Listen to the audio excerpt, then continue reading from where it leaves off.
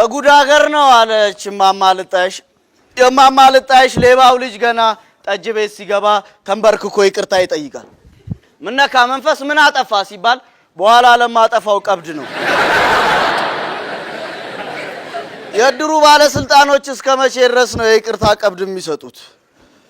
የጉድ ሀገር ነው አለ ሰውየው ቢጨንቀው ነው። ባል በሁለት ነገሮች ይቸገራል። አጥር እየጣሰ ጅብ ከብት ይበላበታል። አጥር እየዘለለ ውሽማ ሚስቱን ይተኛበታል። በዚህ የተጨነቀው ባል ወደ ሰፈሩ አንጋፋ አዛውንቶች ጋር ሄደው አረ እንደዚህ አይነት ችግር ገጥሞኛል ምን ማድረግ አለብኝ ሲል በአጥሩ አጠገብ ጉድጓድ ቆፍርና ሰንበሌጥ ሸፍኑ አሉት። ባልም ታዛዥ ነው እንደተባለው ያደርጋል። እንደለመደው ጅብም አጥር ሲጥስ ውሽማም አጥር ሲዘል ጉድጓድ ውስጥ ይፋጠጣል። በጠዋት ባሌን ጉዳይና አዛውንቶቹን ሰብስቦ ጉድልኝ ይሄን የጉድ ሀገር ምን ላደርጋላቸው ሸልል አሉት። ምን ያለው ደግ ቀን ምን ያለው በጎ ቀን ግጥምጥም አረጋው ሁለቱም ባንድ ቀን አለ።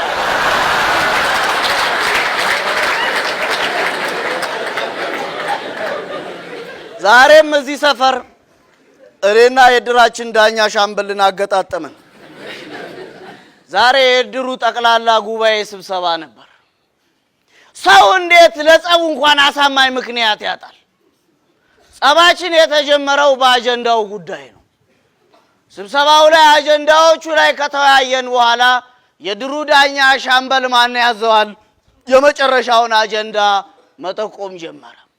የመጨረሻው አጀንዳውም የቀጣዩ ምርጫ አካሄድና ሁኔታዎች ይላል።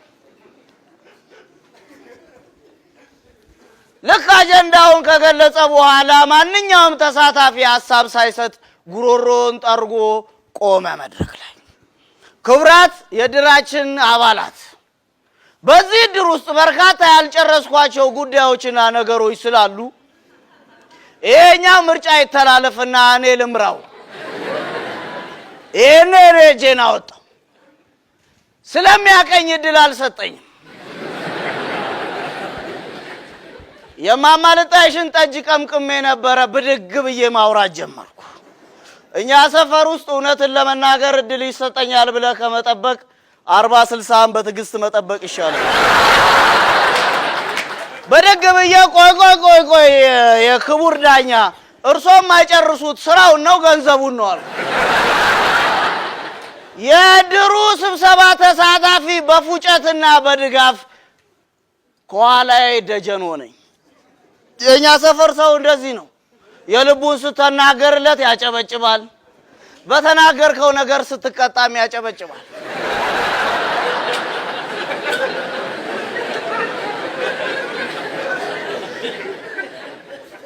እድል ያልሰጠኝ ከድሩ ዳኛ ሻምበል ጋር በአግባቡ ስለምንተዋወቅ ነው።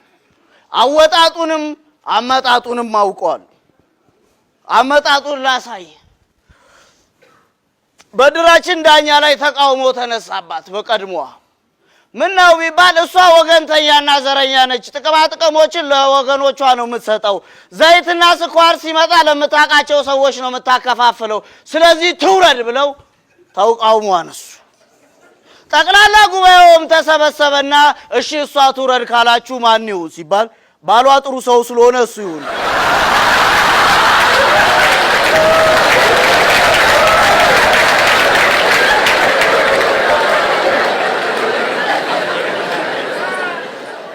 ታዲያ የዱላ ቅብብል ማለት ያረለም። አወጣጡን ደግሞ ላሳይ። የባለፈው ምርጫ ላይ በእጩነት ቀረበ። ሻምበል ማን ያዟል? ያስመራጭ ኮሚቴው ጠራኝና አቶ ደስታ አንተ የብዙ ሰዎችን ጓዳና ጎድጓዳውን ታውቃለህ፣ ፍራሽ ልታድስም ቤታቸው ውስጥ ትገባለህ፣ ስለዚህ የሻምበልን ጀርባ አጥናው አሉኝ። እሱ ግዴታዬ ነው ለሰፊው ህዝብ ሲባል ብዬ ማጥናት ጀመርኩ። ጥናቴን ጨርሼ በጊዜው ስብሰባው ላይ ተገኘው። አቶ ደስታ ጥናትህን ጨረስከው? ጀርባውን አጠናው? አው በሚገባ። እሺ እጅ ከምን አሉኝ። አረ ጎበዝ ሰውየው ጀርባ የሚባል የለውም ዙሪያውን ሆድ ነው።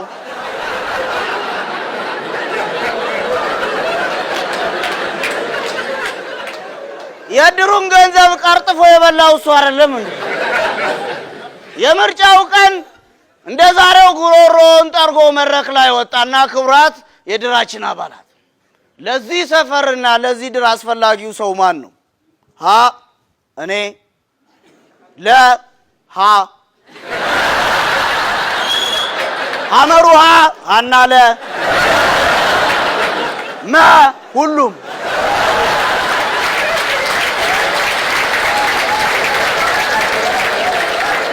ፍትሃዊና ዲሞክራሲያዊ ምርጫ አይደለም። በዚህ ምክንያት ነው ባለፈው ምርጫ የተመረጠው።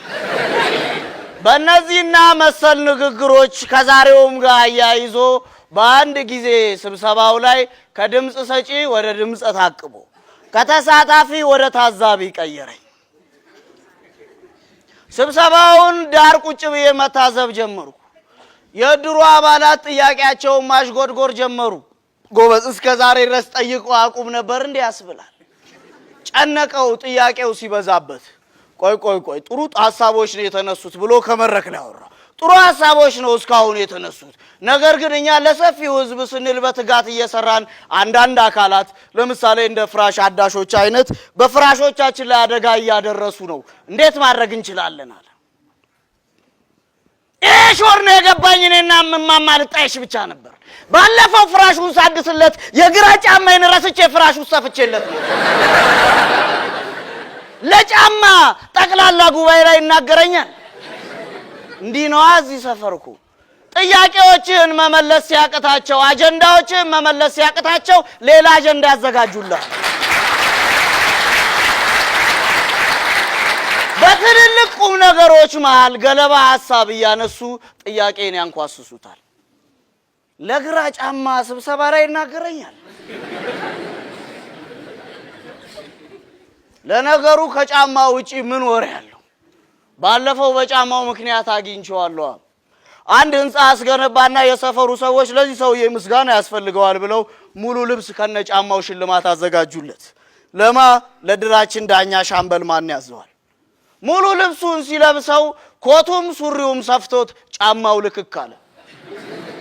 ግራ ጋባውና እንዴ ከላይ ያለውን ሳታቁት እንዴት ቁጥሬን የጫማውን አወቃችሁ ሲል ጠቅ አረኩት። እኔ ስንት ዓመት የረገጠውን እግር ይረሳል እንዴ?